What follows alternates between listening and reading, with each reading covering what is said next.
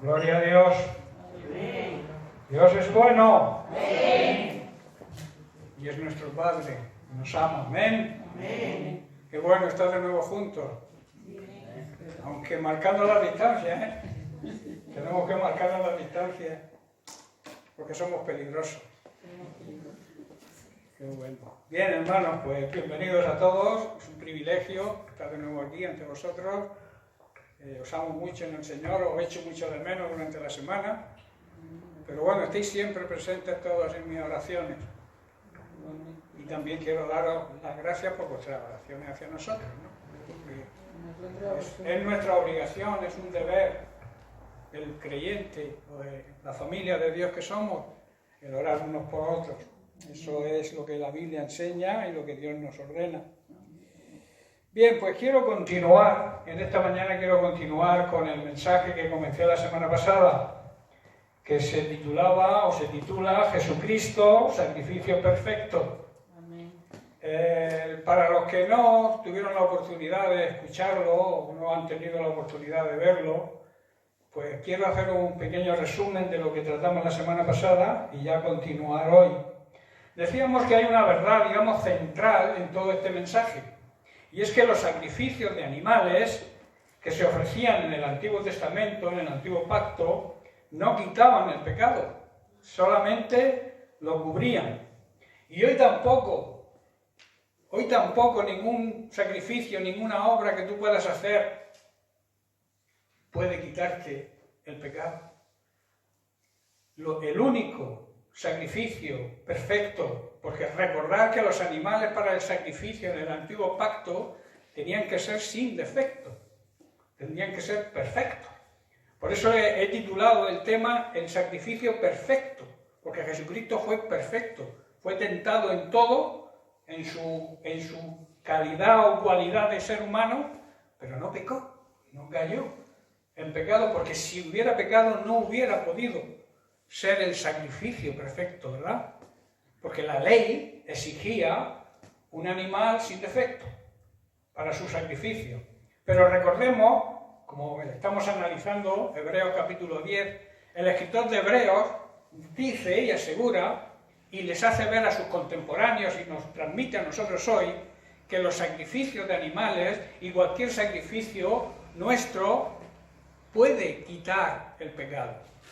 Quizá podamos limpiar por un momento nuestra conciencia, haciendo una cosa bien hecha, ¿no? Pero eso no te quita el pecado. Lo que te quita el pecado es el sacrificio vicario, sustitutorio, perfecto y voluntario que Jesús hizo. Porque nadie le obligó, ¿verdad? Él dijo, yo pongo mi vida, porque yo la quiero poner, es mi voluntad. La puedo tomar, la puedo quitar, pero yo decido. Y Él decidió, gracias a eso tú y yo estamos aquí hoy y podemos decir que somos salvos, ¿verdad? Porque Cristo pagó el precio, pagó nuestra deuda, fue el sacrificio perfecto. Por tanto, solo el sacrificio perfecto, voluntario de Jesucristo, quita el pecado de la humanidad. Por eso hay que recurrir a Jesucristo, hay que ir a Jesucristo, hay que entregarse a Jesucristo. Hay que reconocer el sacrificio que Él hizo y reconocer que es suficiente para mi salvación. Luego están las buenas obras que son necesarias, que dan testimonio de que somos salvos, pero no nos salvan. Uno no se salva haciendo buenas obras, uno hace buenas obras porque ya ha sido salvado. Y eso se consigue a través del sacrificio perfecto de Cristo. Estábamos analizando, como he dicho, el libro de Hebreos, el capítulo 10, y vimos algunas consideraciones. Estuvimos tratando la primera consideración que hace el escritor, que asegura que los sacrificios religiosos, o sea, la liturgia, o sea, los actos externos, no nos perfeccionan. Eso no nos trae perfección. En el Antiguo Testamento, la única forma de acercarse de alguna manera a Dios, de buscar a Dios, de justificarse por sus obras, por su sacrificio ante Dios, era mediante eso, precisamente, sacrificios de animales. Pero desde que Cristo vino, por eso hay un nuevo pacto en el que nos ha tocado vivir, y es un privilegio para nosotros, es vivir en el nuevo pacto. Porque si hay un nuevo pacto es porque el viejo tenía sus carencias, tenía sus defectos. Por eso Dios, a través de su amor, de su misericordia, envió a Jesucristo, selló el pacto, el nuevo pacto que quería hacer con el hombre, y lo selló con la sangre de Jesucristo, con la sangre de su propio Hijo, ¿verdad? Y eso nos da a nosotros una garantía y un privilegio actuar. No necesitamos sacrificio de animales, ni tampoco te van a salvar las obras que hagas, por muy buenas que sean. El único que te puede salvar es Jesucristo. Por eso a través de él le dijo Jesús a Nicodemo, te es necesario. Es una necesidad del ser humano nacer de nuevo. Y el nuevo nacimiento solamente se realiza a través de la persona de Jesucristo. El reconociendo el sacrificio perfecto, sustitutorio, vicario que Cristo hizo por nosotros. Nuestra deuda era enorme, tremenda. No podíamos pagarla, era imposible. Nuestra bancarrota era la más grande que podía existir. Pero Jesucristo dijo, aquí está mi cheque en blanco, para que tú te puedas presentar ante la presencia del Padre sin sentimiento de culpa. Eso también lo estuvimos tratando en cuanto a la justificación. Por eso vuelvo a repetir, desde que Cristo vino, con él se inicia el nuevo pacto, ofreciéndose como ese sacrificio perfecto, cambió todo. El escritor de Hebreos quería y quiere hoy que entendamos que no son necesarios los sacrificios humanos, los sacrificios que las personas humanas puedan realizar no son necesarios. Es necesario andar en buenas obras que Dios preparó para que anduviéramos en ellas, pero lo que te salva realmente es el sacrificio perfecto de Cristo. El escritor de Hebreos da algunas razones del por qué esos sacrificios, esas liturgias hoy y los sacrificios antes, no nos perfeccionan. Primeramente, la primera, razón que dio es que la ley era como una sombra, como un leve anticipo de lo que había de venir, que era mucho mejor, que era Jesucristo. Nosotros vivimos ya en ese anticipo ya vivimos, porque la ley, vuelvo a repetir, era como una sombra, era como un pequeño anticipo de lo que venía después, que era nuestro Señor y Salvador Jesucristo. La segunda razón era que los sacrificios, la liturgia, no proporcionan perdón de pecados. Y en tercer lugar, los sacrificios, según lo que estuvimos analizando en Hebreos 10, los sacrificios hacían recordar y nos recuerdan hoy los pecados. Nos recuerdan, pero no los quitan. En 2 de Corintios capítulo 5, verso 21, leímos la decisión de Dios, o sea, porque Dios tomó la iniciativa. Si Dios no toma la iniciativa, tú y yo estaríamos perdidos. Pero fue Dios, por su amor, su gracia, su misericordia, que dijo, no, quiero levantar al ser humano. Quiero que esa barrera del pecado, de la desobediencia, de la rebeldía, desaparezca. Pero solamente podía desaparecer mediante un sacrificio perfecto. Por eso envió a Jesucristo como el sacrificio, el Cordero, decía Juan el Bautista, el Cordero, he aquí el Cordero de Dios que quita, no que cubre, que quita el pecado del mundo. Hablábamos de la justificación y decíamos que la justificación, el ser justificados ante Dios, es como una nueva posición, una nueva relación con Dios que nosotros habíamos roto por el pecado. Eso nos lleva a decir que hemos sido declarados justos, que hemos sido declarados inocentes. Pero escuchad bien y atentamente, cuando Dios justifica al hombre, Él lo absuelve, no porque el hombre sea inocente, porque el hombre sigue siendo culpable. Él lo absuelve por su gran amor y su misericordia y por su gracia, amén, demostrada en su Hijo Jesucristo. Él no te absuelve, Él no te justifica porque tú lo merezcas, sino porque Jesucristo pagó el precio. Digamos, para que lo entendamos, pagó la condena, cumplió la condena que nosotros teníamos que cumplir. Dice que había una sentencia contra nosotros que era condenatoria, ¿verdad? Era una sentencia desfavorable. Teníamos que pagar. Pero Jesucristo dijo, no, aquí estoy yo. Yo pago tu deuda. Eso a mí me emociona. Cuando salgamos de la religiosidad que a veces caemos y entendamos realmente lo que significa que Jesucristo me justifica ante Dios el Padre, sabremos apreciar con cuánto amor nos amó el Padre, pero también nos amó Jesucristo el Hijo, que estuvo dispuesto a la afrenta pública, a ser afrentado públicamente, murió, lo crucificaron desnudo completamente. Eso era una gran afrenta pública. Ya morir en la cruz era una afrenta grande, pero además desnudo. Pero él estaba viendo, dice que el gozo del Señor, el gozo de Jesucristo era verte a ti y a mí salvos. Por eso pudo soportar tanta adversidad y tanto daño que le hicieron los que lo crucificaron, que fuimos tú y yo. Porque los romanos fueron quienes lo crucificaron realmente, físicamente. Pero quien crucificó a Jesucristo fue el pecado generalizado, donde ahí estábamos tú y yo, como pecadores. Por eso es importante entender el amor de Dios y el amor demostrado en la figura de Jesucristo.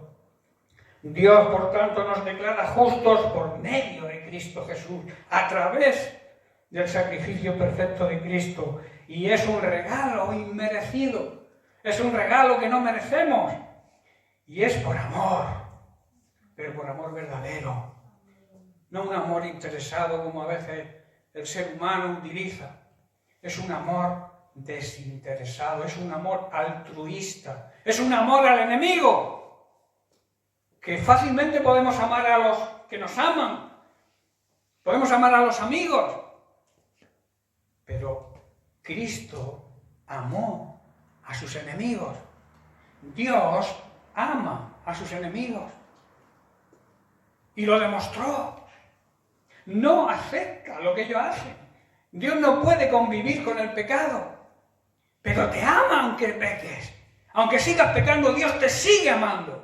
Hasta que te des cuenta de ese amor y des un cambio radical en tu vida. Muchas veces la religiosidad, que también existe dentro del pueblo evangélico, nos lleva a menospreciar al pecador. Pero por el pecador murió Jesucristo. Tú eras como ellos. Y Cristo murió por ti y por ellos. Por eso no debemos de menospreciar. No debemos estar de acuerdo con el pecado, con lo que hacen, pero debemos clamar a Dios por ellos. Porque nuestro trabajo es la gran comisión, el ministerio de reconciliación. Reconciliar al hombre entre sí y reconciliarlo también con Dios. Amén. Entonces, ¿por qué necesitamos ser justificados? Precisamente porque estábamos muertos en nuestros delitos y en nuestros pecados y necesitábamos vida. Y esa vida nos la trajo Jesucristo. Necesitamos la justificación porque el hombre se rebeló contra Dios. El hombre se rebeló contra su Creador. Y entonces levantó un muro de separación entre Dios y el hombre. Y entonces ese muro tenía que ser derribado para que la relación, la intimidad con Dios volviera. Tú no puedes tener intimidad con alguien que está al otro lado de la pared, ¿verdad? Es imposible. Si no te sales a la calle, das media vuelta y te vas allí donde está Él, no vas a tener comunión con Él, o derribas el muro y entonces puedes tener comunión con Dios. Es lo mismo. El pecado hay que quitarlo, hay que desarraigarlo de nuestras vidas para poder restaurar la comunión con Dios. Y eso lo consiguió Jesucristo mediante su sacrificio perfecto.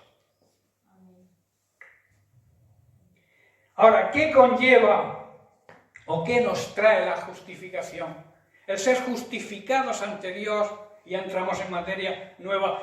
¿Qué beneficio nos trae el ser justificado? Primeramente, la justicia, la justificación de Dios nos trae paz. Y nos trae paz a nosotros mismos, esa paz interior que necesitamos cada día, y más ahora en los momentos que estamos atravesando, pero también una paz con Él. Una paz con Dios. El sentirnos reconciliados con Dios. Cuando yo veo la figura de Jesucristo, analizo lo que hizo por mí y que Él es mi justificación ante Dios el Padre, eso me trae paz.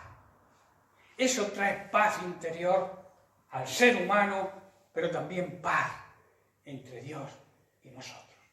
Que es importante. Al ser restaurada la comunión sentimos paz. Cuando tú estás enfadado con tu esposa, con tu esposo, con alguien, y esa relación se arregla, sentimos paz.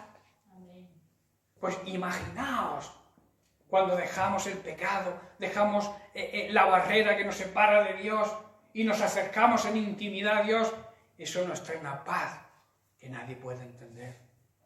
Por eso Jesús dijo, mi paz os dejo, mi paz os doy. Y dice, es un regalo que yo os doy, y ese regalo no lo puede dar el mundo, porque la paz que ofrece el mundo no es la paz que yo te ofrezco, que yo te regalo. Palabra de Jesucristo. Filipenses 4:7 dice, y la paz, Romanos 5:1 antes vamos a leer, dice, justificados, o sea, perdonados, pues por la fe tenemos paz para con Dios. ¿Por medio de quién? Por medio de nuestro Señor Jesucristo. Filipenses 4:7 dice, y la paz de Dios que sobrepasa, que nadie puede entender, que supera todo entendimiento humano.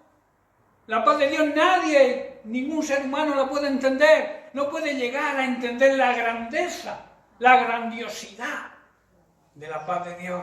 Dice, esa paz guardará, o sea, os cuidará vuestros corazones, lo que realmente soy, vuestro espíritu, y vuestros pensamientos, vuestra forma de pensar, en Cristo Jesús. Hermanos, estando en Cristo Jesús, nuestra mente se va renovando. Y la mente tiene que ir renovándose cada día. Muchas veces nos acuden pensamientos que los anidamos ahí en nuestra mente y lo que hacen es hacernos daño, destruirnos. La Biblia dice que los llevemos presos, que los llevemos cautivos a la obediencia a Cristo. Cuando a ti te venga un pensamiento que lo que hace es destruir tu vida, somételo a la obediencia a Cristo. Ponte en obediencia a Cristo. Vive como Cristo dice que tienes que vivir. Y ese pensamiento se irá volando. Hay quien dice que los pensamientos son como pajarillos que vuelan sobre nuestra cabeza. Pueden volar, claro que pueden volar.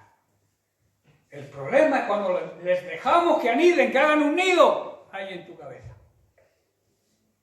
Por eso dice la Biblia tan sabia, la palabra de Dios es sabiduría, porque es el verbo, es Jesucristo hecho carne, y Jesucristo es la sabiduría por excelencia. Si quieres tener sabiduría, búscala en la palabra de Dios. Si tienes que tomar una decisión importante, busca la palabra de Dios, que te va a ayudar. No tomes la decisión y luego busques la aprobación de Dios. Primero busca la aprobación de Dios y después toma la decisión. Esto es sabiduría de lo alto. Esa paz que sobrepasa todo entendimiento a través de la justificación, esa nos hace experimentar la paz de Dios que supera todo aquello que el ser humano pueda entender. La paz de Dios nos va a proteger nuestra vida, nuestro corazón, nuestro espíritu. La paz de Dios va a proteger nuestra forma de pensar. Pero hay un condicionante, que esa paz te va a gobernar en todas estas áreas si sigues en Cristo. Si vives de acuerdo a las enseñanzas de Cristo, si sigues obedeciendo su palabra y no siendo tan solamente oidor, sino hacedor. La Biblia no es un libro que se lee y ya está, ya lo he leído, ya no tengo que leerlo más. Como alguien que le regalé yo una vez una Biblia y a los pocos meses me lo encuentro y dice, tengo que devolverte la Biblia. Digo, ¿por qué? Dice, pues ya la he leído. No es una novela. De la palabra de Dios se saca sustancia, sabiduría, cada día que la lee. Cada día hay nuevas revelaciones de la palabra de Dios. No que haya nuevas palabras, no. La palabra sigue siendo la misma y la palabra no cambia. Pero igual no ha sido revelada a tu corazón. Y necesitas que Dios te la revele. Por eso es necesario experimentar, el leer, en escuchar la palabra de Dios, en meditarla, en profundizar en ella, para encontrar los tesoros. Hermanos, los tesoros no están a flor de tierra, ¿verdad? ¿Dónde se encuentran los tesoros? Excavando. Pues ahí es lo que hay que hacer. Meditar en su palabra de día y de noche. ¿Sabéis lo que significa realmente de día y de noche? En los momentos buenos y en los momentos malos. A veces nos ocurre que cuando estamos pasándolo mal, estamos atravesando problemas y circunstancias adversas, como que se nos apaga la luz y ya ni oramos ni buscamos al Señor. Pero la palabra de Dios dice, medita de día, cuando todo te vaya bien, y de noche, cuando las cosas no te vayan tan bien. Medita, sigue meditando en su palabra, que encontrarás la sabiduría. Es más necesaria la palabra de Dios, meditar en su palabra de noche, que luego de día, aunque siempre hay que meditarla. Por eso Dios le dijo y le aconsejó a Josué, este libro de la ley que no se aparte, que esté siempre delante de tus ojos. Medita en él de día y de noche. Cuando tengas que enfrentar enemigos o cuando estés en temporada de paz. Medita de día y de noche. Y esfuérzate. A veces queremos que Dios nos bendiga, que Dios nos dé todo lo que deseamos sin esforzarnos. Dios te da fuerza. Claro que te da fuerza. Él es nuestra fortaleza. Pero tienes que tomar de su fuerza. Tú tienes que hacer algo. La vida cristiana no es una vida pasiva. La vida cristiana es actividad, hacer, movernos, trabajar para el Señor.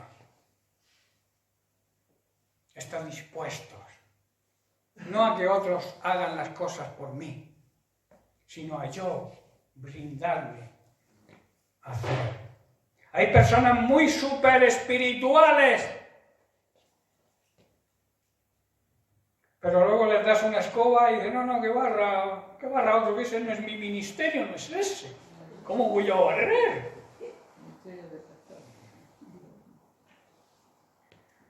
Lamentablemente ocurre así.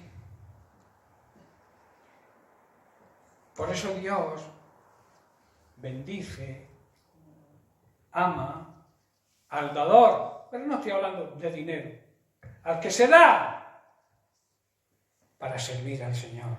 Heme aquí. Jesucristo dijo, cuando el Padre dijo, hay que darle una solución a esta humanidad, hay que salvar a esta humanidad. Jesús dijo, heme aquí estoy yo. ¡Cuenta conmigo! La pregunta que yo haría, ¿podemos contar contigo para cualquier problema? ¿Puede contar Dios contigo? ¿O simplemente vives en la nube? Hay muchos que siguen arriba en el monte y no bajan. Cuando Jesús estaba en el monte de la transfiguración, Le dijeron, Señor, vamos a hacer aquí unas enramadas, unas tiendas de campaña. Y vamos a quedarnos aquí todo el tiempo. Dice, no, estar un ratito pero para abajo, que los problemas están abajo. Y hay que trabajar para el Señor. Efesios capítulo 2, verso 14, hablando de la paz. Dice, pues Cristo mismo nos ha traído la paz.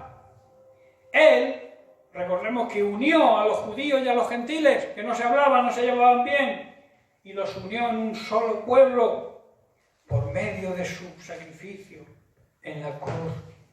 Derribó el muro de hostilidad que nos separaba. Verso 15. Lo logró al poner fin al sistema de leyes, de mandamientos y ordenanzas, o sea, poner fin a la ley. Hizo la paz entre judíos y gentiles al crear de los dos grupos un nuevo pueblo en él. Los judíos creían que los gentiles eran despreciados por Dios, que Dios no quería a los gentiles, que ellos eran los elegidos, que los demás no tenían parte ni beneficio con Dios.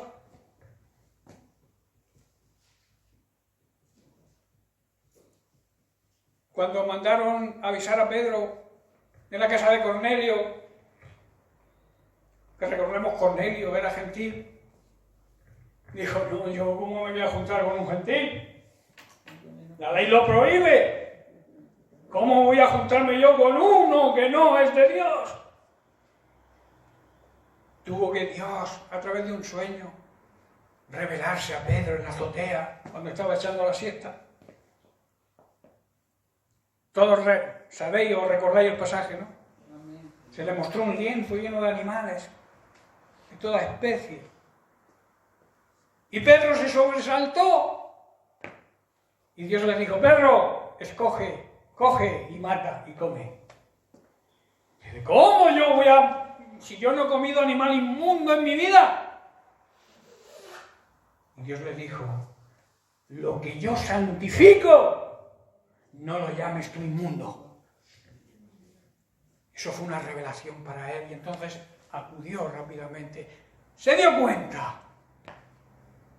Pedro estaba en el orden, estaba guiado por la ley, claro. Pero Jesús le mostró la ley del amor. Y entonces llegó a Cornelio. Y la casa de Cornelio fue salva y se bautizaron un montón. Todos estaban esperando. ¿Cuánta gente hay fuera esperando? Que nos relacionamos con ellos, que les mostremos la salvación. ¿Cuántos? Pero no, yo no me junto con este, como dicen los niños. Yo no me junto. Hermanos, hay una humanidad ahí fuera que necesita a Dios. Hay una humanidad que necesita lo que tú tienes. No te lo quedes, no seas egoísta. Comparte lo que tienes, lo que has recibido de Dios. Comparte esa salvación que Dios te ha regalado, porque es un regalo. No es algo que tú merecías ni yo. Seguimos con Efesios 2, verso 16. Cristo reconcilió a ambos grupos con Dios en un solo cuerpo por medio de su muerte en la cruz. Y la hostilidad, o sea, la enemistad que había entre nosotros, quedó destruida. Eso es lo que Jesucristo hizo. Verso 17. Cristo les trajo la buena noticia de paz, tanto a vosotros, los judíos, como a los gentiles. Hoy representan los judíos, por hacer una similitud, podrían representar a la iglesia. Y los gentiles, al ser humano que no conoce a Dios todavía. Pero nuestra obligación es llevarle la buena nueva del Evangelio a esos, gentiles, a esas personas que todavía no le conocen. Y el verso 18 dice, ahora todos podemos tener acceso al Padre, todos, dice todos, por medio del mismo Espíritu Santo, gracias a lo que Cristo hizo por nosotros. Tremenda revelación. El mismo Jesús dijo en Juan 14, 27, les dejo un regalo, que comentaba antes, paz en la mente y en el corazón. Y la paz que yo os doy es un regalo que el mundo no te puede dar. No busques en el mundo la paz, búscala en Cristo. Dice, así que no se angustien ni tengan miedo. Cojan el regalo de mi paz. Cojan la justificación. Cojan lo que yo hice por vosotros y actúen en consecuencia. También la justificación, la justicia de Dios, nos trae la aplicación, la atribución de esa justicia a nosotros por medio de Cristo. O sea, en otras palabras, esa justificación se recibe, se aplica en nosotros por creer, por depositar nuestra fe y nuestra confianza en Jesucristo. Romanos 4, versos 4 y 5, dice, pero al que obra no se le cuenta el salario como gracia, sino como deuda. Mas al que no obra, sino cree, o sea que cree, somos salvos por fe, recordad, no por obras, en aquel que justifica al impío, su fe le es contada por justicia. Dicho de otra forma, cuando la gente trabaja, el salario que recibe no es un regalo, sino algo que se ha ganado, ¿no? Que se le debe porque ha trabajado. Y el verso 5 dice, pero la gente no es considerada justa, justificada ante Dios por sus obras, por sus acciones ni sacrificios, sino por la fe en Dios, quien perdona a los pecadores. Hermanos, diariamente debemos permanecer, debemos mantenernos firmes en la palabra de Dios para tener la fe fresca y renovada y también poder reconocer nuestros pecados pidiendo que seamos limpios por la sangre de Jesucristo, que está disponible hoy también para nosotros. En 1 de Juan capítulo 1, versos 8 y 9, el apóstol Juan lo expresa de esta forma, si decimos que no tenemos pecado, nos engañamos a nosotros mismos, el autoengaño. Y la verdad, Cristo no está en nosotros. Y el verso 9, si confesamos y así aceptamos y reconocemos nuestros pecados, Él es fiel y justo para perdonar nuestros pecados y limpiarnos de toda maldad. Tremenda promesa. Si afirmamos que no tenemos pecado, lo único que hacemos es engañarnos, hermano. Si tú afirmas que no eres pecador, te estás engañando a ti mismo y no vives en la verdad, no vives siguiendo a Cristo. Pero si los reconoces, si los confiesas ante Dios, Él es justo, Él es fiel y te perdona tus pecados. Dios hizo que Cristo, quien nunca pecó, fuera la ofrenda, fuera el pago por nuestro pecado, para que nosotros pudiéramos estar en una relación de intimidad correcta con Dios, por medio de Él, por medio de Cristo. Hoy en día ocurre que la religión, y eso es algo que tenemos que tener muy claro, la religión hoy en día sigue haciendo sacrificios. Por eso a Dios no le gustan las religiones. Dios quiere una comunión de intimidad con Él antes que llamarte religioso. Antes de que hagas unas ciertas liturgias, ciertos actos externos, que es lo que se llama liturgia, para acercarte a Dios. Hoy en día la religión sigue haciendo sacrificios. ¿Y sabéis cuál es el peor sacrificio que sigue haciendo? Siguen sacrificando a Cristo. La Iglesia Católica lo llama el sacrificio de la misa. Por eso cuando alguien te diga, yo voy a misa, bueno, yo voy a misa, tú vas al culto, es lo mismo, ¿no? La misa es una herejía.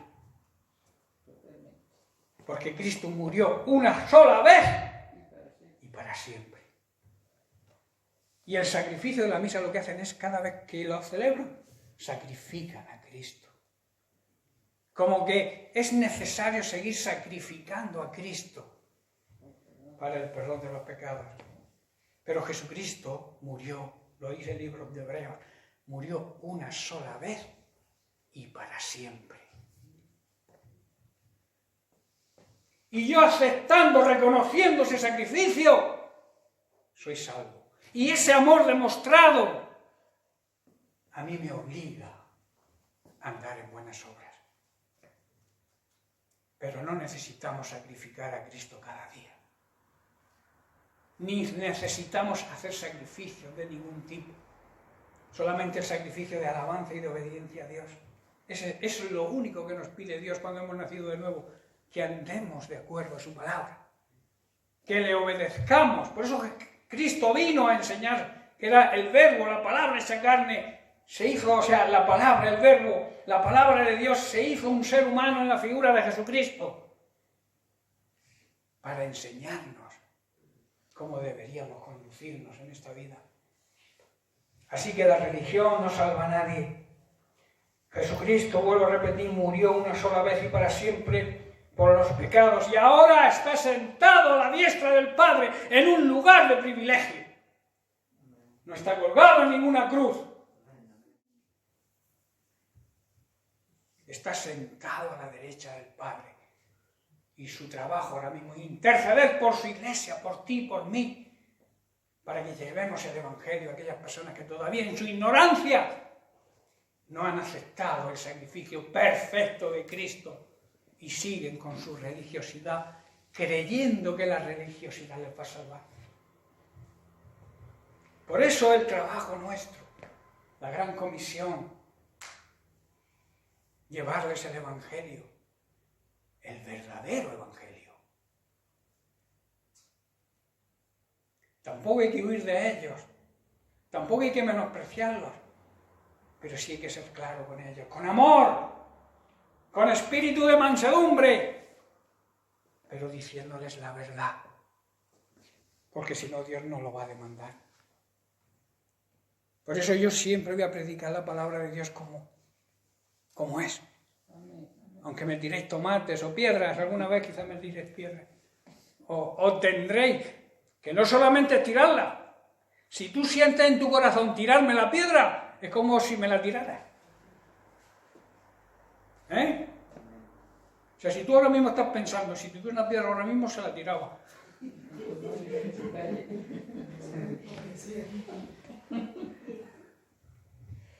Hebreos 10:12. Pero nuestro sumo sacerdote, ¿quién es nuestro sumo sacerdote? Jesucristo. Se ofreció a sí mismo voluntariamente como ofrenda quemada. Recordad lo que expliqué sobre la ofrenda quemada. La ofrenda quemada es una ofrenda voluntaria, no era exigible, pero era voluntaria. Por eso Jesucristo fue la ofrenda quemada del Padre, fue una ofrenda voluntaria. Dice, se ofreció a sí mismo como un solo sacrificio por los pecados, válido para siempre. Y luego se sentó en un lugar de honor, en un lugar de privilegio, a la derecha de Dios. Mientras se hacían entonces o se hagan ahora sacrificios, el ser humano estará recordando sus pecados. Pero cuando se acepta el sacrificio perfecto, hermanos, de Cristo, ya nos recordamos, o no debemos recordar nuestros pecados, sino sabemos que hemos sido justificados, no nos sentimos culpables, es como si nunca hubiéramos pecado, y además estamos recibiendo el gozo de la salvación. Decía el otro día que a lo mejor cuando ellos hacían los sacrificios en el antiguo pacto, en el momento de hacer el sacrificio, como sentirían un poco de gozo o de paz en su conciencia, pero era pasajero. Pero el gozo del Señor es eterno, dura para siempre. El gozo de la salvación tiene que estar de continuo en nuestra vida. Estemos atravesando lo que estemos atravesando. Estamos atravesando, ¿verdad? Porque tela marinera, que yo digo. Pero el gozo del Señor es nuestra fuerza. Amén. Y venga lo que venga, yo sé que pase lo que pase, estará dentro de la voluntad de Dios. Así es. Amén. Y si yo sigo en la voluntad de Dios, yo, en el momento que Él decida, porque Él es soberano, Él dispone de nosotros cuando Él quiere, porque su soberanía se lo permite. Pues partiremos con Él. Y allí no tendremos enfermedad. Allí no habrá coronavirus.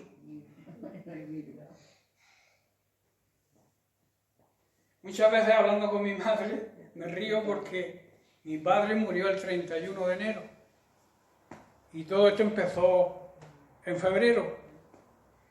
Y muchas veces mi madre me dice, qué pillín el papá, qué pillín, ¿cómo supo irse a tiempo? Todos tenemos que irnos. Si nos ha tocado vivir esto, aceptémoslo. Pero no vivamos pendientes de la tele, de esto, que si aquel, que si sanidad, que si el gobierno. Sí, vive el día a día. Mañana ya veremos. Por eso dice la Biblia, tan sabia que es la Biblia, como yo digo. Preocúpate, ocúpate del día de hoy, que mañana traerá sus propios problemas. Vive el día de hoy. Cuida tu relación con Dios hoy. Porque el pasado no lo vas a cambiar. El futuro sí puede ser diferente de acuerdo a cómo tú actúes en el presente. Que nadie te coma la cabeza por ahí, como hay tanto, unos dicen una cosa, otros dicen otra, otros dicen que no existe nada, otros dicen que todo es mentira, otros que todo es verdad, otros... Te vuelves loco. Por eso yo no veo las noticias, de vez en cuando veo el telediario, pero cuando empiezan, que es que no hablan, en 9 meses ya, 8 meses que llevamos, no hablan de otra cosa. Es que no se muere la gente de otra cosa nada más que del coronavirus.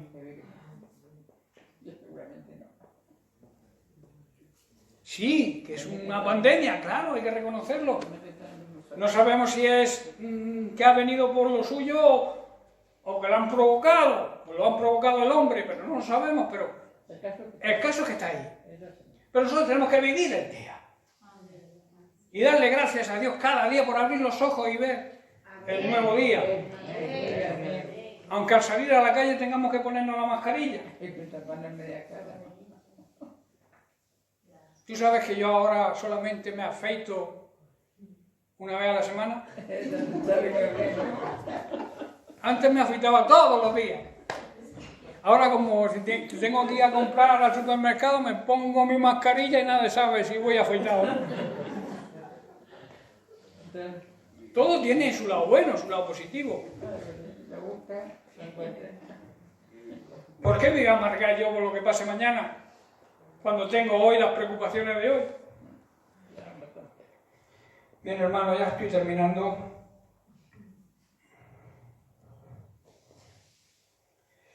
Efesios 3:12.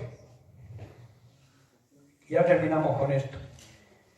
Dice Pablo, dice, gracias a Cristo y a nuestra fe en Él. Porque no es lo que hizo Cristo, que es importantísimo. Es nuestra fe en lo que hizo Cristo. ¿Estáis entendiendo? Para que la palabra de Dios produzca efecto en mí, yo tengo que hacer mi parte. Y mi parte es fe. Creer. Cuando te preguntan si eres creyente, ¿qué contestas? Porque sí, porque creo. Pero ¿y si no crees, estás mintiendo? Es verdad. Si eres creyente y te llamas creyente, tienes que creer. El trabajo, como hay un corito por ahí, el trabajo mío es creer. Y el trabajo de Dios es hacer. Yo creo y entonces Él hace. Él no va a hacer nada en tu vida si no crees. Así de claro. Y el creer conlleva obediencia total a su palabra.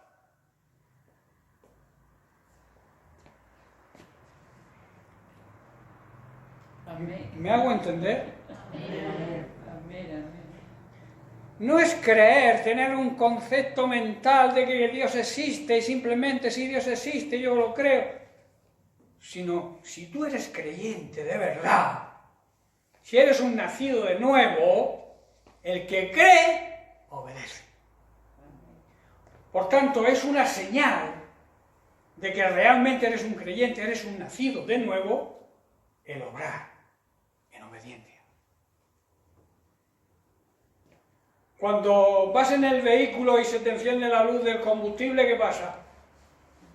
Que ahí es una señal de que tienes que pasar por la gasolinera y repostar.